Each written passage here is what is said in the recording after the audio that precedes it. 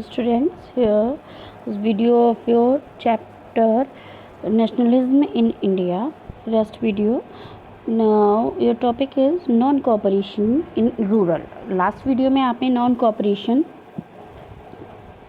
in towns पढ़ा था कि टाउन्स में कैसे नॉन कोऑपरेशन को आगे बढ़ाया गया था, कैसे क्या हुआ था। अब हम पढ़ेंगे कि रूरल एरियाज़ में ये चीज़ें कैसे आगे बढ़ी थी।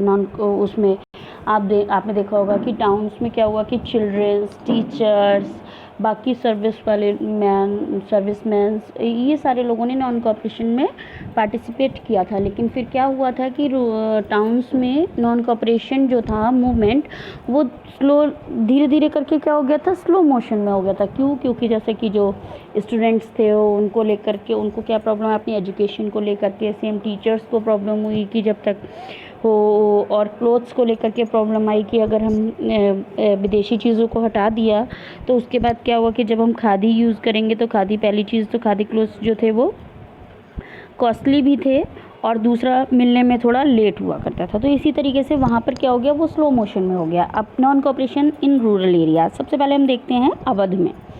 अवध में क्या था, Baba Ramchandra started the peasants movement in Awadh against talukdars, landlords and begar system.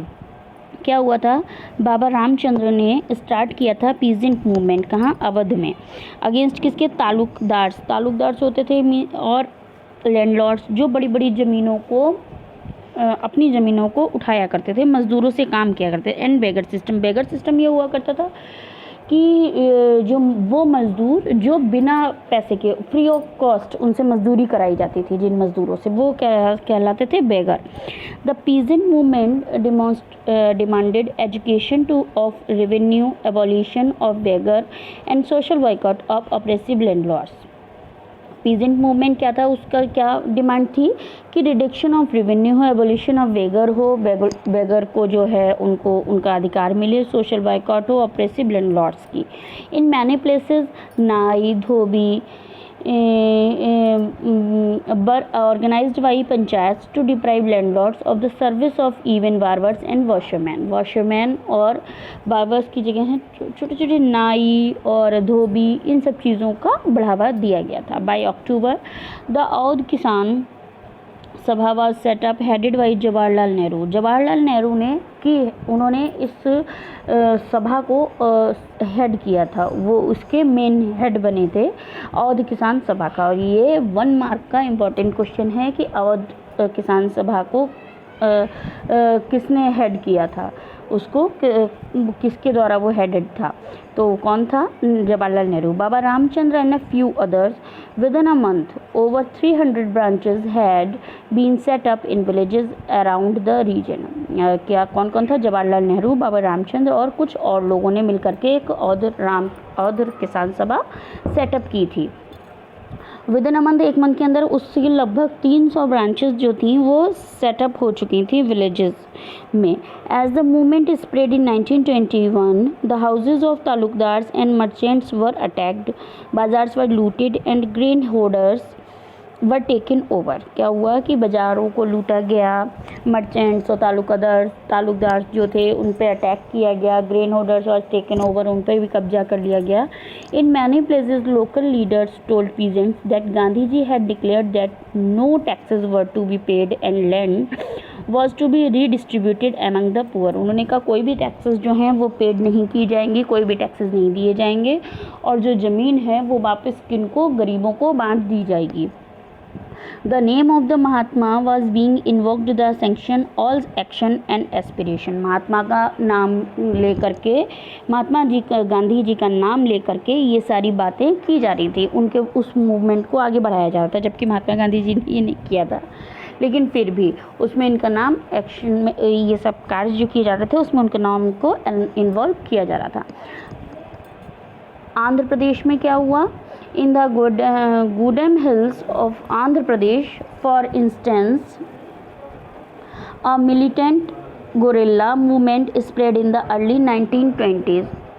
लगभग 1920 के आसपास क्या हुआ, गुरिल्ला मूवमेंट स्टार्ट हुआ, वो पूरे में फैला।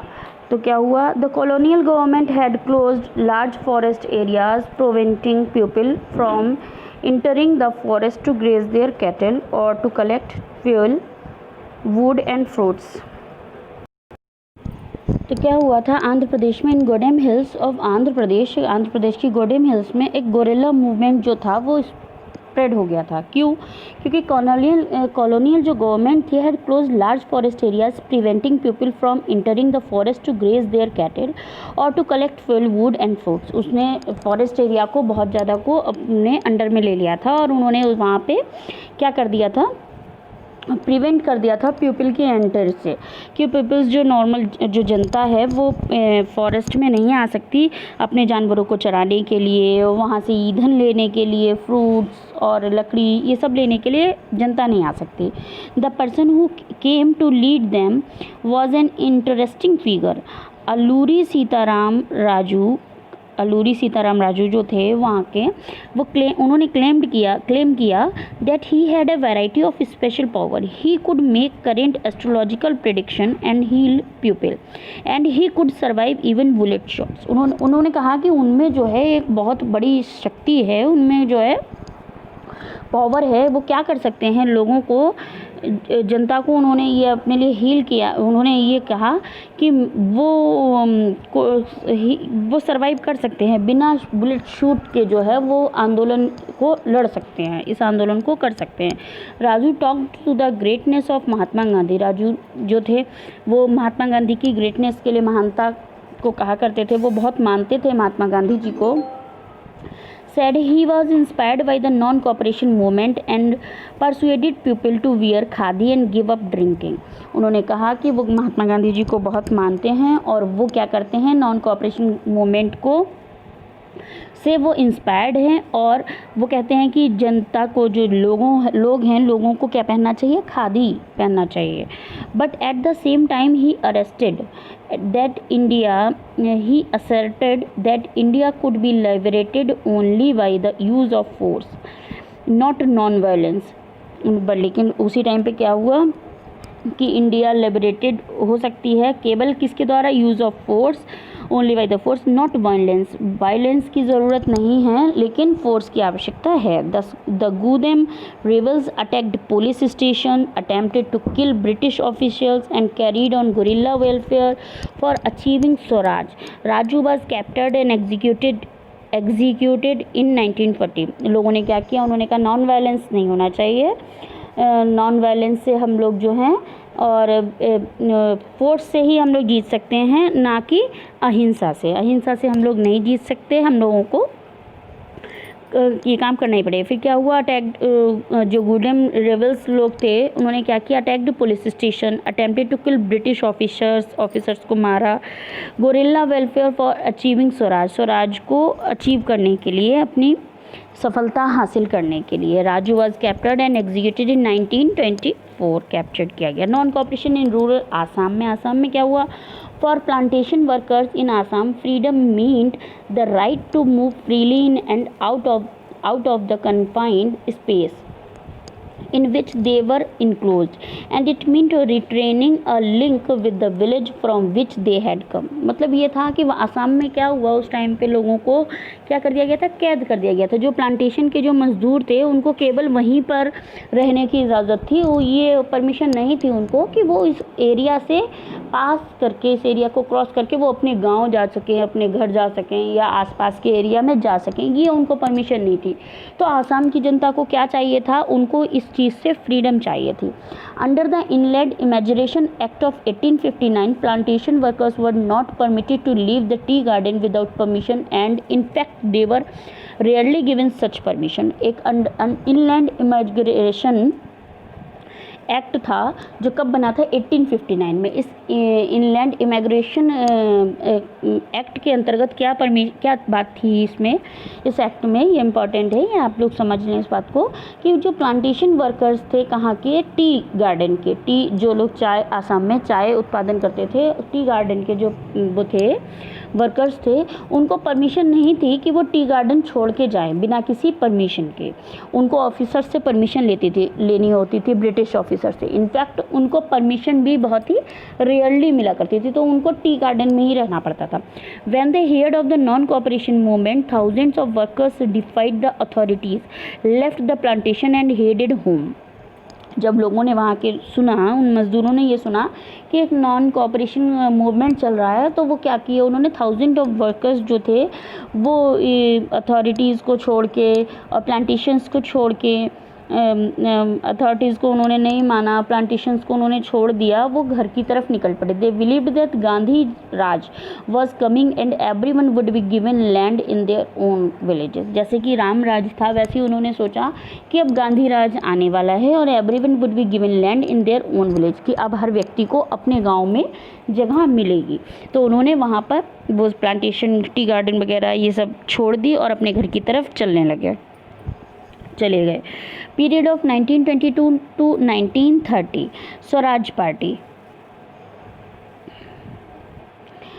Some of the Congress leaders were fed up of mass agitation and wanted to participate in council election. उन्होंने कहा, कुछ कांग्रेस के लीडर्स थे, वो क्या थे, काउंसिल इलेक्शन के में पार्टिसिपेट करने चल दिए। Leaders like Motilal Nehru and CR Das came forward and formed a party named Swaraj party. उन्होंने स्वराज पार्टी बनाई to contest the election and be the part of assembly and oppose British policies के अपोजिट में आने के लिए उन्होंने एक पार्टी बनाई, स्वराज पार्टी।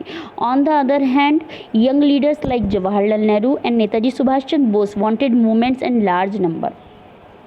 सुभाष चंद्र बोस और जी और जवाहरलाल नेहरू को क्या था कि उस टाइम पे मूवमेंट्स हों, जो बहुत ही बड़ी ही संख्या में मूवमेंट्स होने चाहिए उस टाइम पे, अपने ये सारी चीज़ें चलती रहनी चाहिए। At the same time international and domestic economic condition forcing farmers to participate in freedom struggle on large number. उस टाइम पे क्या था, इंटरनेशनल डोमेस्टिक इकोनॉमिक कंडीशन क्या कह रही थी, फोर्स कर रही थी फार्मर्स को काहे में, फ्रीडम स्ट्रगल में पार्टिसिपेट करने के लिए। Simon Commission, the new Tory government in Britain constituted a statutory commission under sir John Simon. ये साइमन कमीशन के बारे में आप लोग पहले भी पढ़ चुके होंगे, उसको समझ चुके होंगे। The commission was to look into the functioning of the constitutional system in India and suggest changes. The problem was that the commission did not have a single Indian member, they were all British, कि उसमें कोई भी भारतीय व्यक्ति नहीं था, सभी कैसे थे, ब्रिटिश थे। It was opposed by Congress as well as Muslim League in an effort to win them over. The Viceroy Lord Irwin announced in October 1929 a vague offer of dominion status for India in an unspecified future and a round table conference to discuss a future constitution. Constitution के लिए एक round table conference जो थी वो बनाई थी। और क्या होता है 1922 से 1930 में, लाहौर सेशन कांग्रेस में होता है 1929 में। जवाहरलाल नेहरू जो थे वो प्रेसिडेंट थे इस सेशन के, और इसकी resolution of complete independence was passed first time. ठीक है, Congress celebrated the independence day on 26 जनवरी 1930। ठीक है, कांग्रेस ने सेलिब्रेट किया था इंडिपेंडेंस डे 26 जनवरी 1930 को। इसके आगे की वीडियो आप लोग नेक्स्ट वीडियो में पढ़ेंगे, जिसमें हम सिविल डिसोबीडियंस के बारे में पढ़ेंगे। अभी हम लोगों ने नॉन कोऑपरेशन टाउन्स में पढ़ चुके थे। नॉन कोऑपरेशन हमने जो था रूरल एरियाज़ में, अवध में, आंध्र प्रदेश में, आसाम में, इन सब जगहों पे कैसे कैसे नॉन कोऑपरेशन बढ़ा। और फिर पीरियड आपने ऑफ 1922 टू 1930 आपने ये भी पढ़ा। इसकी जो मेन डेट हैं वो आपको याद रखनी है कि किस ईयर में क्या हुआ, स्वराज पार्टी जो बनी, साइमन कमीशन कब आया, और इसके बाद लाहौर सेशन कब हुआ। ये सारी चीज़ें आप लोग को ध्यान रखनी है, और इन सब चीज़ों को मिला करके आपके 5 मार्क्स का क्वेश्चन भी आता है और आपके 1 मार्क क्वेश्चन भी आते हैं। और बहुत इंपॉर्टेंट चैप्टर है ये आपका, और इसको ध्यान से समझें। Till then have a good day.